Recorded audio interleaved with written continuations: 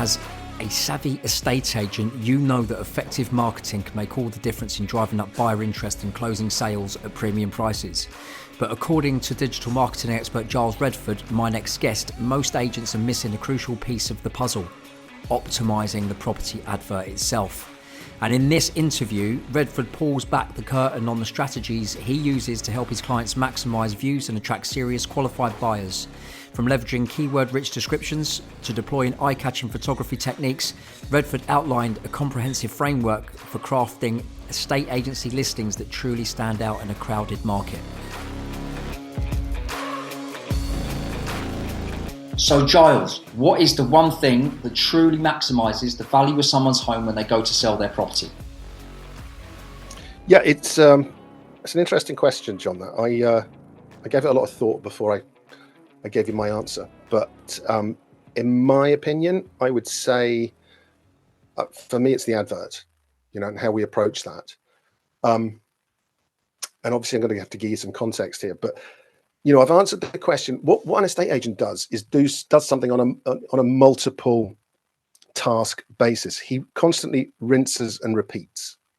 Now, you can look at one isolated sale, John, and say, "Oh, this happened in that particular instance. It's never going to happen again," and it's a one-off. But what you've got to do is look at it as it's going to reoccur, and possibly 100 times a year, possibly 1,000, depending on the scale. So I've answered it from the perspective, if I was responsible for 100 or 1,000 sales, what's the one thing that I could put a tick box on that could control the best outcome for the homeowner, getting the best price in the shortest amount of time? So I would say the advert, and here's why. I would say the objective of an estate agent's advert is to get as many eyes on that ad as possible, because if you get more eyes on the ad, you're maximizing the opportunity to sell that house in multiple different ways. So for example, more eyes, more viewers,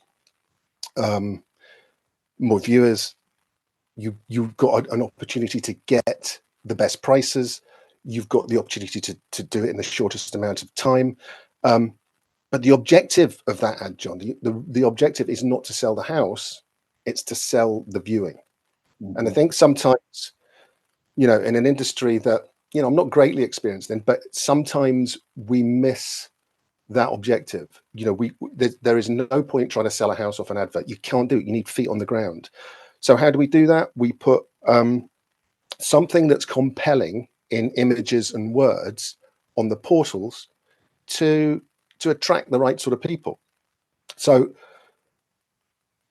in terms of where do we start with that, I would always start with looking at both portals. You cannot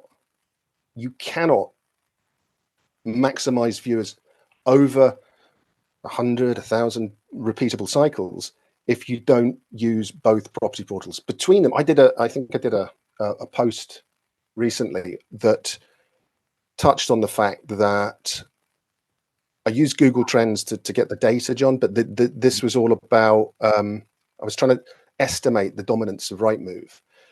And according to Google's data from Google Trends, it's free data, anyone can do it. They have 85% dominance for search, which translates to their traffic. I don't know what traffic they get. They don't tell anybody. But if you ask me and anybody who understands a little bit about trends data, 85% of the population who are looking for houses go on to Rightmove. But you still need the 15% from Zoopla. You need that because you need to optimize everything. You need that 15%. Without that 15%, you're not going to optimize the advert. So you've got to be on both portals every time. You can't put an ad. You can't be one on the other. So in my opinion, that's where I'd start. I would then look to do some of the basic things that we do as digital marketers and incorporate them on the advert. You see, when I look at an ad for a house, John, it's a website. That's all it is. It's images, it's text. And believe it or not, you can do SEO on a house advert. You've got an equivalent of paid ads as well, and I'll explain all that in a second. But you know, it literally is just a website, and what you're trying to do on a website is exactly the same as you should be trying to do, in my opinion, on an ad for a property. So things like you've got to try and jump out on scroll. So as soon as your ad hits the portal, you become part of the competition, and it is a competition. You need to be able to jump out. So the first thing you've got to jump out on is the scroll, which is the bit where all the houses come up after the search in a big list, and you start scrolling through them.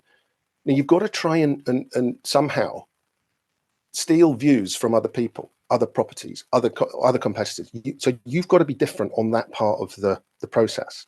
So there's a couple of things you can do. Featured listings and premium listings, brilliant.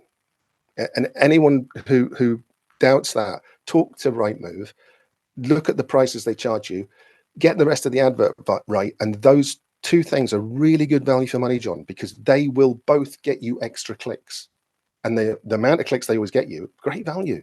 And things like on the first image, dusk till dawn shots or half and half shots. Dusk till dawn shots, hopefully everyone knows what they are. They change the image of the first picture of the house into something that looks really attractive and quaint, but it's all done on Photoshop. But when you are scrolling through a list of houses, it jumps out at you. And you can do half and half shots as well. So be creative about that first image that shows up on scroll, and it will get you more clicks. Fundamentally, I'm going to touch on this. I'm not a camera nerd, but I am an image nerd. Images, so important. I could talk about them all day long. If you're an estate agent and you're not spending £1,000 on a camera, you are doing it wrong. Give up. You need, in my humble opinion, you need to get a Canon, an 800 or an 850D, or something equivalent. But that will cost you about £1,000. And the reason that's important, John, is because it has a feature on it called bracketing. Now, I know a lot of estate agents don't use bracketing. It's vital. And what bracketing does, it sorts out the light issue that estate agents have on images. So you go to an estate agent's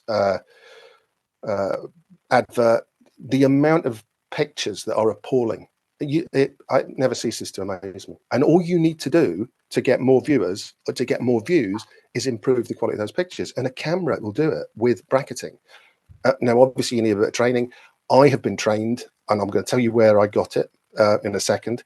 But that will sort out a lot of your issues. So, yeah, just a Canon 800, 850D, bracketing, sort it. You need a floor plan on the advert, obviously.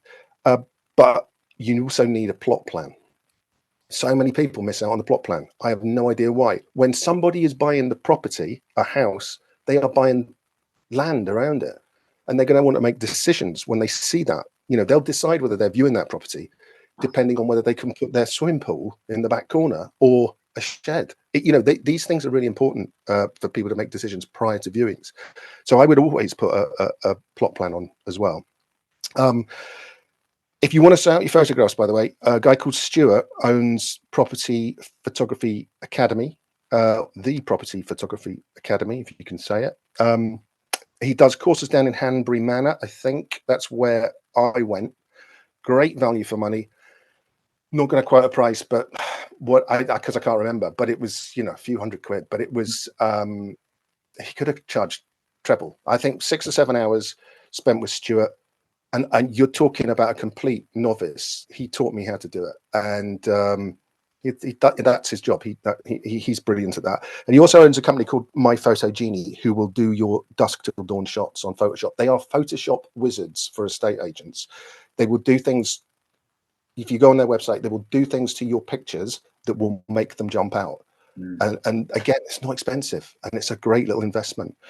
And hopefully he pays me some commission if he gets any business from this, but we'll see. Yeah, and the other thing, so that's sort of images and bits and pieces. The other thing that leads us into the copy, the descriptions. So fundamentally, an estate agent needs to get good at AI. I'm not going to go on and on about it. AI is absolutely brilliant at two things. It is the best copywriter in the world, and it saves you time. Those two things are irrefutable. Most people's experience of AI, John, is the free one that they use. For £15 a month, you go on to a different version. It's like night and day. It writes the most perfect copy if you ask it to do. It does exactly what you tell it to do.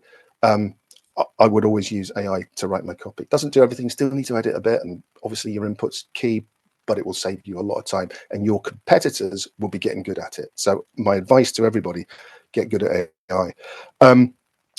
On your copy, again, I compare this to websites. You can use your description to put in all your keywords. Now, your keywords are your features, your property features. The reason that's important to me, John, is that there's a lovely little box at the top of the search page on all the portals that people use an awful lot more than you think. And they search particular features on houses. Now, the way the portal uses that information is that any advert that includes that keyword after search will become at the top of the search. Obviously, the search is in price order. That's by default, but it gives you half a chance of coming to the top of the scroll. If you don't include the keyword, you'll never get into that search and you'll miss out. So really important to go through your keywords and your I call them keywords, to go through your features. So things like, and there are literally hundreds of these, but depending on the property, something like integral garage. Now, if you've got a picture, you can see that the house has got an integral garage. But people search for integral garages for lots of reasons, commercial reasons. They want that extra space or whatever. But they will do it in the search box. And if you don't use those two words, then you're not going to show up. And you're going to think you're going to show up because you've got a nice picture showing integral, but they're two different things. Stuff like pet friendly. It's all very well having a pet friendly garden, and you can see that in the image. But if you don't use that word when people search that, you're going to miss out on a search. So I could add loads of keywords there. Maximize every single feature. Maximize it in your copy. The other thing I bear in mind is when you do mobile optimization. Again, I'm going back to digital speak. Consider your ad from a mobile point of view. 75% of the traffic to Rightmove and Zoopla is from mobile. Now they convert. They will do the mobile adjustment for you in most cases, but the only place that you will need to adjust it is the first few lines on the text of the property description. Now, the reason that's important is because on a mobile, you can be that text. You can encourage somebody to click on your advert. So when you've written the text, always make sure that the first part is like a hook. It's like almost the best part of your text to engage people and encourage them on mobile to open up your advert, and you will get more eyes on just by doing that. Another thing, price blocking. Love this one. Price blocking, I invented that name, but I'll explain what it is. The portals list properties in bands so that, and you don't have a choice of that. So if you're looking for a property between 280,000 and 300,000 pounds, that's set for you by the portals. You can't change that. So what they'll show you is every house between which is more than 280 and less than 300,000 pounds. Now, if you've listed a house, John, at 279,999, you're not going to show on that search. Now, for me, when somebody lists a house with nines in it, it tells me they don't really understand the components of digital marketing. When you're pricing a house, and listen, you can't do this every time. When you're pricing a house, consider the bandings. Most times, as long as you use round numbers, you're going to fall naturally within the bandings. But again, it's well worth considering, well worth looking at, and definitely stay away from the nines, because it's a very old school kind of marketing, and you miss out on the portals. Things that kill an ad for me, John, videos. That's going to be really controversial, but let me explain that one. When you do a full movie type video, you are saturating the viewer. You are completely saturated. You're giving him that whole immersive home experience. He's been there. He's seen it. He might not need to view it after that. Now, we go back to the objective here. What we're trying to do is book viewings. We're not trying to sell the house. We're trying to book viewings. So we need to hold a bit back. We need to get people inquisitive. So saturating it with a really overproduced, beautiful video, that may meet your homeowner demands. It might meet your client demands because he wants to see a beautiful video of his house. But I promise you, and this is not just me talking, if you look into the stats, nobody who does this on a large scale will produce mass videos like that. They produce glimpse videos, and that's key. You know, little glimpses here and there, perfect. But overkilling it with videos, big no-no for me.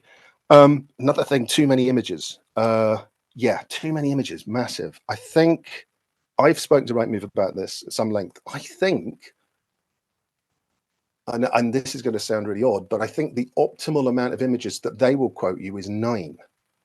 Now, that's awfully low, but I promise you, you get into 12 or 13. I'm talking about an average house. I don't mean something with 14 bedrooms, but on an average house, average pictures, if you're putting more than 12 or 13 on there, again, you're showing too much of that property. You know, there's nothing wrong with missing out rooms. There's nothing wrong with having 10 images. You need to keep people intrigued. You want people to say, "Oh, I like that, but I want to see more." Okay, Giles, hold that thought right there. Estate agents, are you tired of just being another face in the crowd? Well, unlock your true potential at zerobsestateagency.com, your gateway to mastering the dark arts of perfect negotiation. Uncover the secrets of consumer psychology, the dirty truths of this industry, and learn how to outmaneuver your bullshitting competition. Don't settle for average. Subscribe to zerobsestateagency.com today and learn how to mold and shape the perfect sale on tap. Right, Giles, we're back in the game. Hopefully that explains how I kind of... Yeah, totally. I think you're absolutely right. In terms of the advert that goes on the property portals is 100% key. I remember the days of agents refusing even professional photography, and they were saying, no, we'll just take pictures with our old mobile phone or maybe a Kodak camera or something like that, and then we'd just come along with pro photography, but we wouldn't saturate it. We would only do a maximum of 5, and the 5 would be an outside shot, a garden shot, and 3 internal shots, even though we had 10. And the reason for that was purely based on what you just said then, is like keeping or spiking the interest in a potential buyer. It's like, well, what else does this property have? Totally agree with you in terms of like plot plans, floor plans, making sure the actual description is not, we are proud to bring this 4-bedroom house to market. And it is all about actually the actual house, the reasons why the seller is moved in the first place. What was it about that house that made it their dream home? Because it will make someone else have the same thoughts and feelings. They may be going on the same journey of being that couple that are just about to go from a 1-bed to a 2-bed because they're expecting their first child. So we tell the story of basically that, not the actual, well, this has got double glazed windows, it's got a combi boiler, and it's shut up. Basically, that's ridiculous. So I absolutely agree with you. The advert is key. I'm surprised though that you said SEO can be part of the advert. Well, so SEO is all about keywords, and that's the start of SEO. So that's where the keywords come in. If you use the keywords, the features as SEO keywords, you're gonna the point of SEO agent is to get to the top of search. So if you're using the keywords or the features from the property, you are more liable to be at the top of the scroll search than if you miss them out or forget to put them in. Yeah. So that thing around you mentioned, got a picture of the front of the house, which clearly shows the garage. but I don't have that feature inside the wording, means that I can actually miss out just purely on someone's search because they've not searched. Well, they're searching for something and I'm not appearing, even though I've got what they want. Yeah, that sort of thing keeps me awake at night. That stops me sleeping. It's missed opportunities, and digital is all about maximizing those fine edges, because it's not about what happens once, John. It's about what happens on multiple occasions, and estate agents do the same thing repeatedly. And if you can even get a 5% edge, a 10% edge, it will actually compound the more times you do it, and it becomes the difference between you and the competition. Yeah, and that's exactly right. So one of the things Tom Panos said that I heard back in 2005, he said, property is not in isolation, it's in competition. And I completely agree with that. And I'd say to a seller at the point of evaluation, we'd look at the numbers. We would look at how many properties similar to theirs are currently on the market right now. Yeah, and not just the town that we're in, towns that are only 3 to 5 miles away. Well, what else is there? Because that is also your competition too. So what are you going to do, Mr. or Mrs. Seller, to attract all the very best buyers away from what they're currently looking at to come and see yours instead? And so what you're saying is the advert is key, is making sure all of those metrics or all of the elements that need to make a proper advert all have to be in place. Because if you are the 5 to 10% that are being seen, then you're golden. But if you're not part of that 5 or 10% and you're missing out on those opportunities, you could have the best house, but the buyer just hasn't known about it. The agent doesn't know who they are. They've not registered their details. And then suddenly, like you said, there's a missed opportunity. I love that phrase, missed opportunities. But the thing is, though, Giles, is that most agents, though, see, I view myself as a marketing company. I don't view myself as an estate agent. I just happen to be a marketing company that is very good at selling houses. But most agents, they don't. So how are you coaching, teaching, showing agents the right way? Do you run courses yourself? No, that's not something that's part of my current business, John. My current business is maximizing opportunities, finding audiences, lead gen. Now, currently, I obviously supply leads to estate agents. That's just a part of the business that we do. But the principle that comes from is all about, it's about targeting, it's about understanding an audience, it's about exploiting opportunities within the digital process. So that's a key component of what I do when I talk to agents who are my clients. Very often there's a disconnect between, I think, people's perception of their own business and how much it's tied into digital. Because you hit the nail on the head. You are actually, 75% of what you do as an estate agent is you're a marketing company. And I think there's a huge disconnect between what I do, and not just in estate agency, John, but what a lot of my clients, they don't understand that the most important part of what they do is market. And and I if anything, John, when I write on LinkedIn or when I talk to people, that's the key point. I like to put that across. It's like, well, I think like this, and my brain works, and I'm really fascinated by digital stuff because it's so important. Yeah, and it helps people, and it's something that, I mean, I love data. It's fascinated me, but I like to think that people, any business, would get a benefit out of understanding digital marketing just a little bit more, so that their lives will get better. They can get more sales, and they can expand and grow, which is, I guess, the name of the game. Absolutely. So, and this is the thing really for agents, is that there are so many different facets. So what we're saying here is, like, so for me, I always say, and I know this is not the thing that truly maximizes the value of someone's home, because there are so many different facets to selling one house. But I always say to sellers, it's the price, because most agents will bullshit on the price and actually end up costing a seller thousands of pounds in lost value on the real value of their home, because they were trying to win an instruction. So I say it's price, even though I know it's not price. Price is part of it and part of the positioning.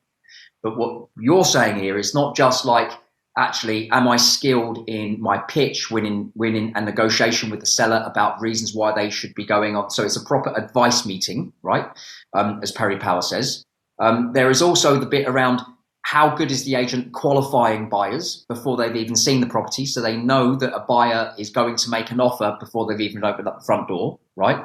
But then, yes, there is marketing, of which we're sort of talking about, but what you're saying is overall, that just one advert can be the difference between that one phone call or those two phone calls that makes the life of the seller very pleasant indeed when it comes to selling a stressful sale, which generally property is, right?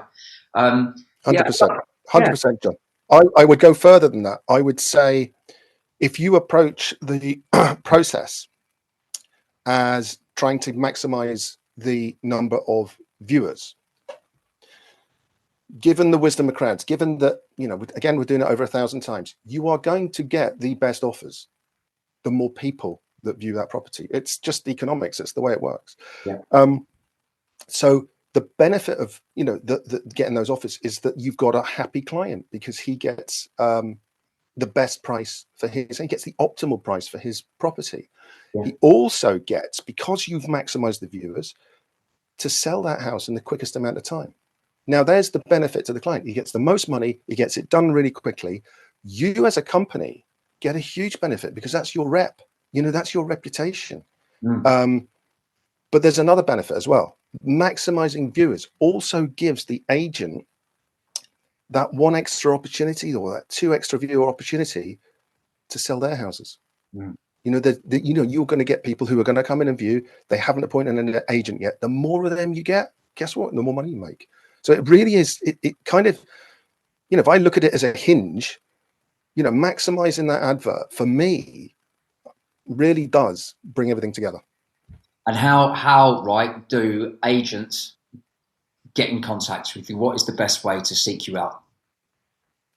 Well, I've got a couple of ways. Obviously, I'm on LinkedIn, so it's Giles Redford on LinkedIn. I've also got a website, which is leadflowdigital.com. And there's a section on there which just is dedicated to estate agents. My numbers are freely available on there, or my email addresses are freely available on there as well. Yeah, because I think that this is vitally important, that agents really start to think another way, because it's not just about slapping a property on Rightmove and hoping for the best. As you're saying, we'll take advantage of what they offer for the best possible outcome, not just for their seller, but also for them as well. So they're future-proofing their business, so to speak. And they've also got, and here's the other thing as well, they've actually got a strategy. So when a seller says, which they sellers don't, because sellers are not educated to do this, but if a seller was to say, so what is your strategy? Imagine now, well, I work with Giles Redford, and this is what we do in terms of the marketing. And this is just one little small element of it.